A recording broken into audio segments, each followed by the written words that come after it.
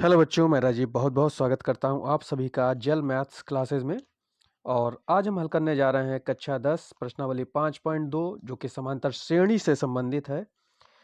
इस एक्सरसाइज के question number 14, 15, 16 और 17। तो चलिए स्टार्ट करते हैं। देखिए, पहले हम क्वेश्चन नंबर 14 हल करते हैं। तो क्वेश्चन क्या है कि 10 और 250 के बीच में 4 के कितने गुणज हैं वो आपको बताने हैं।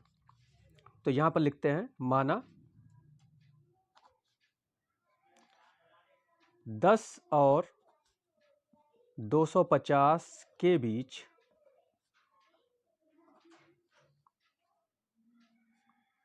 4 के गुणज। पहले माना नहीं, हम निकाल लेते हैं। 10 और 250 के बीच में 4 के कितने गुणज है ये हम देख लेते हैं कौन कौन से होंगे। भाई 10 और 250 के बीच में आपको वो संख्या बतानी है जो 4 से विभाजित हो जाए, 4 से कट जाए। तो 10 के बाद देखिए 11 आता है जो कि 4 से नहीं कटेगा, 12 कटेगा तो 12 हम यहाँ लिख लेते हैं। और फिर हम इसी में फिर 12 में 4 4 जोड़ते चले जाएंगे तो अगला नंबर हमें 4 से कटने वाला मिलता चला जाएगा। तो 12 में 4 जोड़ेंगे तो 16 ये हमारा मिलेगा। फिर 16 में 4 जोड़ेंगे तो 20, 20 में 4 जोड़ेंगे तो 24। ये सारी गिनतियां 4 से विभाजित होने वाली हैं। तो इसी तरह से डैश डैश कर देते हैं। और 250 से पहले वाली कौन सी गिनती होगी? भाई 249 तो 4 से विभाजित नहीं होगी, तो हम यहाँ 248 लिखते हैं। तो देखिए ये हमारी एक एपी बन रही है। भाई सब में 4 4 का डिफरेंस है, 4 का अंतर है। तो ये हमारी जो सूची बनी है संख्याओं की, ये क्या है? ये एक एपी है। तो इसमें पहला पद हमारा क्या है? a बराबर 12 है, प्रथम पद। यहां लिखते हैं प्रथम पद a बराबर 12। सार्वंतर निकालते हैं, पदों का अंतर। तो दूसरे पद में से पहला पद हम घटाएंगे, सार्वंतर d बराबर होता है 16 माइनस 12, और ये बना जाके हमारा 4। अंतिम पद यानी nवां पद हमारे पास क्या है? 248 है। और कितने गुणज हैं ये हमसे पूछा जा रहा है। 12 से 248 के बीच कितने गुणज हैं? तो देखिए बीच में डैश डैश है, इसका मतलब यहाँ पर संख्याएं और भी हैं। तो अभी हमें यह पता नहीं है कि 12 और 248 के बीच में कितने गुणज हैं, तो वो हम n मानेंगे। तो माना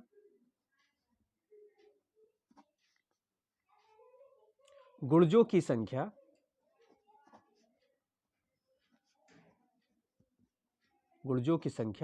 n है, और अंतिम पद यानी an हमें दे रखा है 248।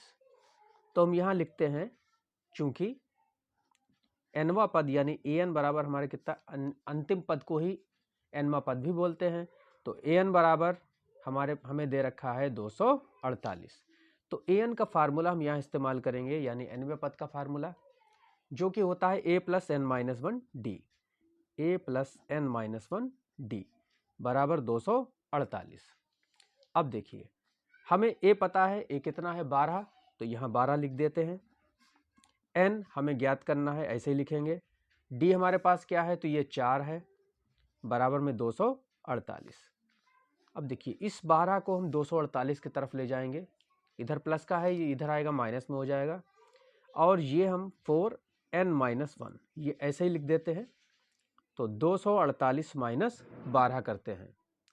तो 248 में से हम 12 माइनस करेंगे, तो 4n माइनस 1 बराबर 8 में से 2 गया 6, और 4 में से 1 गया 3, और ये 236 हुआ। ये 4 कहाँ आएगा? ये बटे में आएगा। तो n माइनस 1 बराबर 236 बटे 4। तो 4 से हम इसको विभाजित करते हैं, 4 पंजे 20 और 4 नीम 36, तो 59 आया। इसको हम इधर अब लगाते हैं। तो देखिए n बराबर ये 59, और ये माइनस 1 था, इधर आएगा तो प्लस 1 हमारा हो जाएगा। तो n बराबर आया 56 और एक, सॉरी ये 59 है भाई हमारा, यहाँ 59 आया था। तो 59 प्लस 1, तो 59 और एक कितने हो गए? 60 हो गए। यानी कि गुणजों की संख्या कितनी है, 60 है। तो लिखेंगे अतः 10 और 250 के बीच गुणजों की संख्या बराबर 60। तो ये हमारा आंसर हो गया। तो चलिए हल करते हैं क्वेश्चन नंबर 15। तो n के किस मान के लिए दोनों समांतर श्रेणियों 63, 65, 67 एंड सो ऑन और 3, 10, 17 एंड सो ऑन के nवें पद बराबर होंगे। हमसे ये कह रहा है कि ये दो समांतर श्रेणियां हमें दे रखी हैं, इनके nवें पद बराबर होंगे। तो किस मान के लिए बराबर होंगे, n के किस मान के लिए, ये हमें बताना है। तो यहां पर लिखते हैं पहले पहली समांतर श्रेणी प्रथम AP। तो ये दे रखी है हमें 63, 65 और 67। तो यहां पर पहला पद हम इसका लिखते हैं प्रथम पद, इसका कैपिटल ए मान लेते हैं। तो ये 63 है। इसके बाद हम यहां इसका सारवंतर लिखेंगे। तो सारवंतर कैपिटल डी मान लेते हैं। तो दूसरे पद में से पहला पद घटाएंगे तो 65 माइनस 63 बराबर 2। और मान लेते हैं इसका nवां पद an है, कैपिटल AN माना AP का nवां पद बराबर कैपिटल AN। अब हम दूसरी श्रेणी अपनी नोट करते हैं। यहां लिखते हैं दूसरी AP। तो ये हमें दे रखी है 3, 10, 17। 3, 10, 17। यहां पर पहला पद इसका हम स्मॉल a से मान लेते हैं।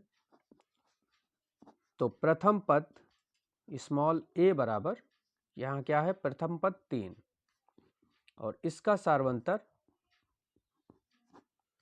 हम स्मॉल d मानेंगे। तो ये 10 में से 3 घटाने पर हमें मिलेगा बराबर 7 और इसका nवां पद हम मान लेते हैं स्मॉल an है, माना AP का, ये दूसरी AP है, माना AP का nवां पद बराबर स्मॉल an। अब प्रश्न क्या कह रहा है, प्रश्नानुसार दोनों ही nवें पद बराबर हैं। तो हम यहां बराबर कर देते हैं। तो यहां लिखते हैं प्रश्नानुसार कैपिटल AN यानी पहली श्रेणी का nवां पद और दूसरी श्रेणी का nवां पद स्मॉल an ये बराबर है। तब n का मान हमें बताना है, n के किस मान के लिए बराबर है। तो यहाँ फार्मूला हम लगाते हैं nवें पद का। ये पहली श्रेणी का nवां पद है, तो जिसको हमने सारे कैपिटल में ही माना था, कैपिटल लेटर में। तो इसका nवें पद का फार्मूला भी हम कैपिटल लेटर में ही लिखेंगे। तो लिखेंगे a प्लस n-1d। ठीक, अच्छा इसका क्या लिखेंगे, स्मॉल a प्लस n-1d। चलिए अब हम इनका मान रखते हैं। तो कैपिटल A हमें दे रखा है भाई 63। देखिए कैपिटल A कितना है, तो ये 63 है, प्लस ये n-1 और d हमारे पास क्या है, d है 2, स्मॉल a हमारे पास है 3, प्लस n-1 और स्मॉल d है 7, स्मॉल a 3 और n-1 स्मॉल d 7। तो चलिए अब हम इसको हल करते हैं। देखिए 63 प्लस इस 2 के अंदर गुणा कर देते हैं। तो 2n माइनस 2 एकम 2 बराबर 3 प्लस इस 7 की n-1 से गुणा करेंगे तो 7n माइनस 7 एकम 7। अब देखिए प्लस 63 में से 2 घटा दीजिए। तो यहाँ पर हमारे पास बचेगा 61 प्लस 2n और ये प्लस का 3 है, प्लस के 3 में से माइनस के 7 जब हम घटाएंगे तो घटेंगे तो बड़े में से छोटा ही। तो 7 में से 3 गए 4, तो ये 7n पहले लिख दीजिए। 7 में से 3 गया 4, चिन्ह बड़े का लगाएंगे तो बड़े के आगे क्या लगा है, माइनस लगा है, 7 के आगे तो माइनस लगाएंगे। यहाँ पर हमें n निकालना है, तो दोनों n जो 2n है और इधर 7n है एक तरफ कर लेते हैं, और गिनती जो खाली हमारे पास बची है वो एक तरफ कर लेते हैं। तो यहाँ लिखते हैं 2n, ये 7n इधर ले आएंगे तो माइनस का 7n हो जाएगा, ये बराबर माइनस का 4 है, और ये 61 जो है वो प्लस के हैं, दूसरी तरफ जाएंगे तो माइनस का 61 हो जाएगा। तो देखिए यहाँ पर एक संख्या प्लस की है, एक संख्या माइनस की है, 2n प्लस 7n माइनस के, तो बड़े में से छोटा हम घटाएंगे, तो 7 में से 2 गया 5n, और चिन्ह बड़े का लगाएंगे तो बड़े के आगे जो भी लगा हो, तो माइनस लगा है यहाँ लगा देते हैं, और यहाँ पर दोनों संख्या माइनस की हैं तो जुड़ेंगी, तो ये हो जाएगा हमारा माइनस का 65, माइनस से माइनस यहाँ पर कैंसिल, तो n बराबर 65, ये 5 हमारा बटे में आएगा, काट देते हैं, 5 एक कम 5 और 5 तियां 15, यानी n बराबर कितना आया, 13 आया। यानी 13वें पद के लिए दोनों समांतर श्रेणियों के nवें पद समान है। तो यहां लिखते हैं अतः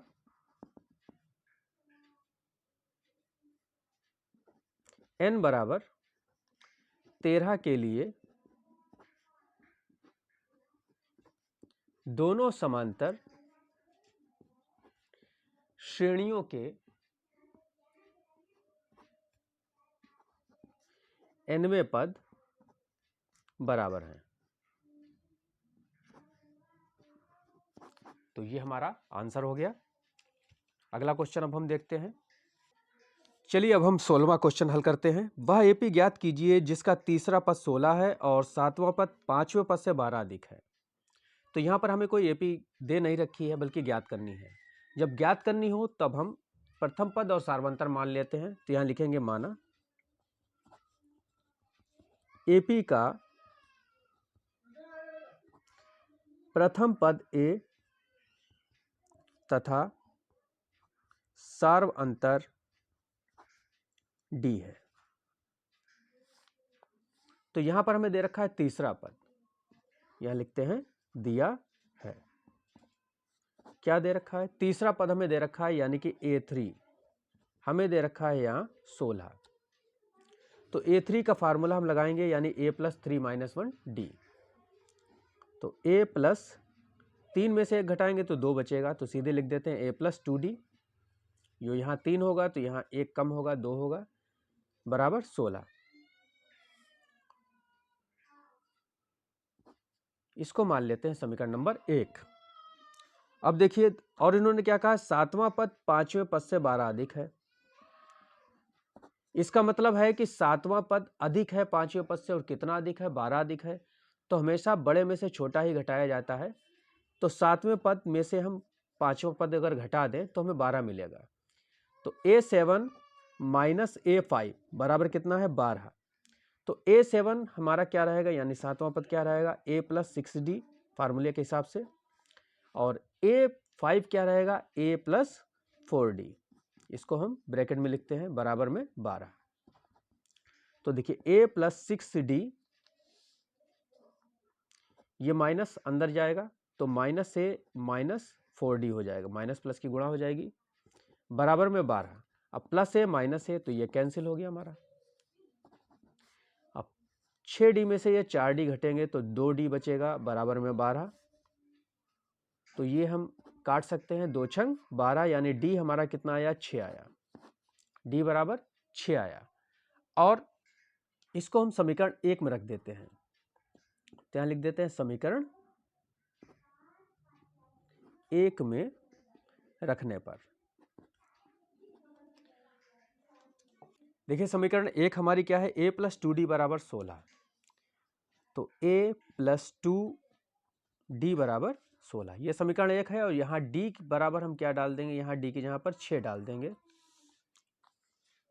तो A + 2 और D की जगह 6 लिखेंगे तो बराबर में 16।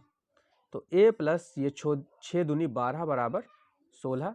अब 12 को 16 की तरफ ले जाएंगे तो हमें A मिल जाएगा, 16 - 12, ये प्लस का था, इधर आएगा माइनस का हो जाएगा। तो A बराबर 16 में से 12 गए 4। तो हमें A और D दोनों मिल गए, और जब हमें A और D दोनों मिल जाते हैं तो हम श्रेणी अपनी ज्ञात कर सकते हैं। तो यहाँ लिखेंगे अतः समांतर श्रेणी। अतः चलिए ऐसे लिख देते हैं, श्रेणी का पहला पद a बराबर 4, दूसरा पद क्या आएगा, इसी में हम a में d जोड़ दें अगर, तो अगला पद मिल जाएगा। तो कितना है ये, 4 है, 4 में d जो कि हमने 6 निकाला था, अगर जोड़ देंगे तो ये 6 4 10 हो जाएगा। इसी तरह से तीसरा पद हमारा क्या रहेगा, 10 में 4 जोड़ दें भाई, 4 में हमने 6 जोड़े तो ये मिल गया 10, अब 10 में 6 जोड़ देंगे तो 16। इसी प्रकार चौथा पद भी हम ज्ञात कर सकते हैं, चौथा पद, अब 16 में हम 6 और जोड़ देंगे तो 16 + 6 बराबर 22। तो लिख देते अतः एपी हमारी क्या बनी, 4 10 16 22, 4 10 16 और 22, और ये ऐसे आगे चलती चली जाएगी। तो ये हमारी श्रेणी हो गई, ये हमारा आंसर हो गया। देखिए क्वेश्चन नंबर 17 क्या है, हमें यहाँ एक एपी दे रखी है 3 8 13 और इसका अंतिम पद हमें दे रखा है 253 में अंतिम पद से 20वां पद ज्ञात कीजिए। यानी अगर हम उल्टी तरफ से चलें तो 20वां पद कौन सा आएगा ये हमें बताना है। तो दो तरीके हैं, इसको दोनों ही बताऊंगा मैं। तो चलिए पहले पहला वाला तरीका देख लेते हैं। एपी हमें यहाँ पर दे रखी है 3 8 13 और यहाँ अंतिम पद दे रखा है 253। इस एपी को हम पलट देते हैं, पलट के लिख देते हैं। तो यहां लिखते हैं अवरोही क्रम में लिखने पर, अवरोही क्रम, इस एपी का अवरोही क्रम यानी पलट के लिख देंगे हम इसको, बड़े से छोटा। तो बड़ा क्या है 253, फिर क्या आएगा 13, फिर 8 और फिर 3। अब देखिए यहां पर हमारे पास प्रथम पद क्या था, इस वाली श्रेणी में a बराबर 3 और d हमारे पास कितना था भाई, d कैसे निकालेंगे, 8 में से 3 घटाएंगे बराबर 5, यानी कि सार्वंतर कितना है 5 है, तो वही सार्वंतर तो इसमें भी रहेगा 5। लेकिन अब यहां पर हमने जब श्रेणी पलट दी है तो हमारा यहां पर पहला पद क्या हो जाएगा, a बराबर 253। अब d हमारा क्या हो जाएगा, देखिए दूसरे पद में से हम पीछे वाले पद में से उससे आगे वाला पद घटा देते हैं। यहाँ तो अभी हमने कोई पद लिखा नहीं है, तो यहाँ से आप कर सकते हैं, पीछे वाले पद को घटा के देख लेते हैं। सबसे पीछे गिनती हमारी 3, 3 में से आगे वाला पद यानी कि 8 माइनस कर देते हैं, तो ये आएगा हमारा -5। डी यहाँ पर हो गया -5। देखिए हमसे क्या पूछा था, अंतिम से 20वां पद पूछा था। तो जब हमने श्रेणी हम अपनी पलट दी है तो अब यहां से हमारा प्रारंभ से 20वां पद हो जाएगा, प्रारंभ से, शुरुआत से 20वां पद। तो हम लिखेंगे यहां पर हमें क्या दे रखा है, प्रारंभ से 20वां पद हमें ज्ञात करना है। तो लिखते हैं प्रारंभ से 20वां पद, यानी हमें निकालना है A20। तो हमारा फार्मूला हो जाएगा a + 19d। मान रखते हैं a हमारे पास क्या है 253 + 19 और d क्या है -5। तो 253, ये माइनस प्लस माइनस 19 पंजे 95 और हम इसको घटाएंगे तो हमारे पास 13 5 158 आएगा। यानी कि ये हमारा आंसर हो गया। अब इसका दूसरा तरीका भी देख लेते हैं। चलिए इस क्वेश्चन का दूसरा तरीका भी देख लेते हैं। तो यहाँ फिर से लिखते हैं AP 3, 8, 13 और डैश डैश कितना है, अंतिम पद यहाँ दे रखा है 253। तो एक सूत्र होता है हमारे पास, AP का अंत से nवां पद, अंत से nवां पद, तो ये होता है L minus N minus 1D। यहाँ L क्या है, ये L होता है हमारा लास्ट टर्म। जैसे यहाँ अंतिम पद लास्ट वाला क्या दे रखा है 253, तो ये हमारा L हो गया 253।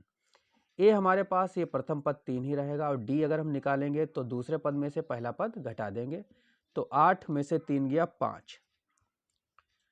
तो सभी कुछ हमें पता है, हमें अंत से 20वां पद निकालना है। यहाँ से अंत से 20वां, इससे आगे 20वां पद कौन सा होगा, तो यहाँ लिखते हैं अंत से 20वां पद। देखिए n की जगह हमारे पास क्या आ गया 20 आ गया, तो हम यहाँ n की जगह 20 रखेंगे। L हमारे पास क्या है 253 माइनस, यहाँ n की जगह 20 माइनस 1 और D के हमारे पास कितना है, D है ये 5। तो 253 माइनस 20 में से 1 घटाएंगे तो 19 गुणा 5, तो 253 माइनस 19 पंजे 95, तो 253 में से अभी 95 अगर हम घटाते हैं तो 158 आएगा। तो यानी कि ये हमारा आंसर हो गया। अंत से 20वां पद क्या आएगा 158 आएगा। तो कैसा लगा ये वीडियो पसंद आया हो तो इसे लाइक कीजिएगा, चैनल को सब्सक्राइब कीजिएगा और ज़्यादा से ज़्यादा लोगों में शेयर कीजिएगा। वीडियो देखने के लिए बहुत बहुत धन्यवाद।